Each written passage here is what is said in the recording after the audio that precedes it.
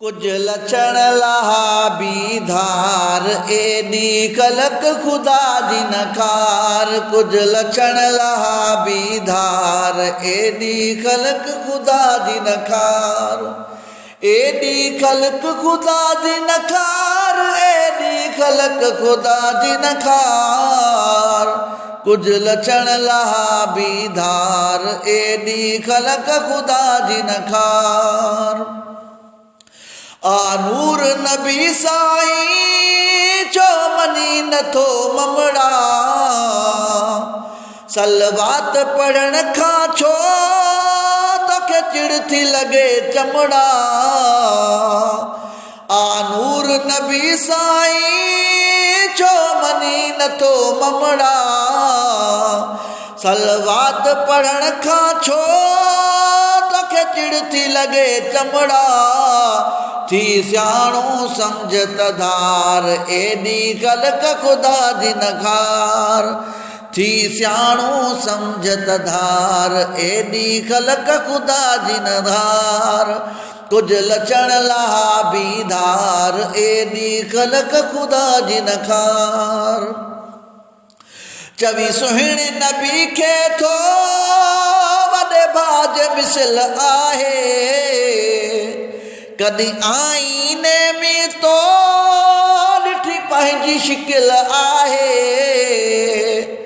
चवी सुहिणे नबी खे थो वॾे भाज मिसल आहे कदी आईने में तो ॾिठी पंहिंजी शिकिल आहे।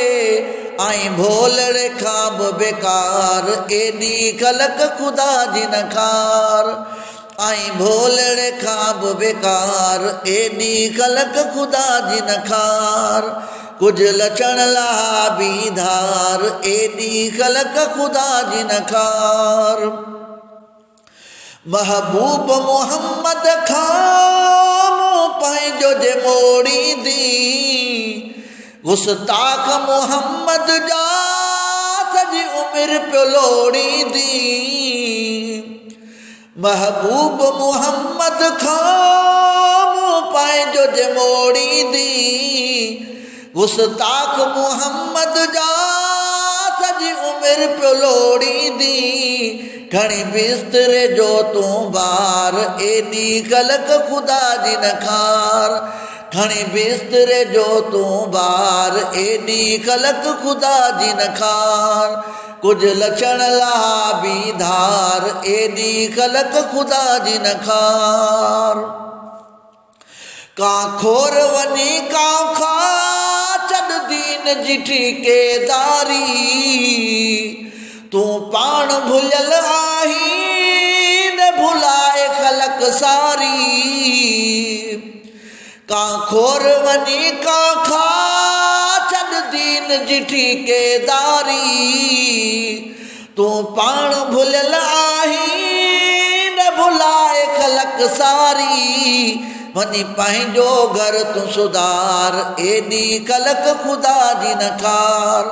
वनी पंहिंजो घर तूं सुधार एडी खलक खुदा जी नखार। कुछ लक्षण लहा बी धार एडी खलक खुदा जी नखार। छा अब्दुल हलीम लिखे अथवेरी से वलियन जा नादान निभागा से पली तो आहिनि दिलियन जा।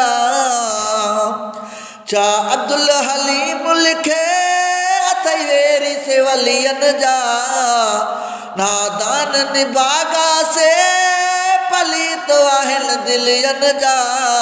दसां कहिड़ा पिटन जा पार एडी खलक खुदा जी नखार। ॾिसां कहिड़ा पटन जा पार ॾिसां कहिड़ा पिटन जा पार एडी खलक खुदा जी नखार।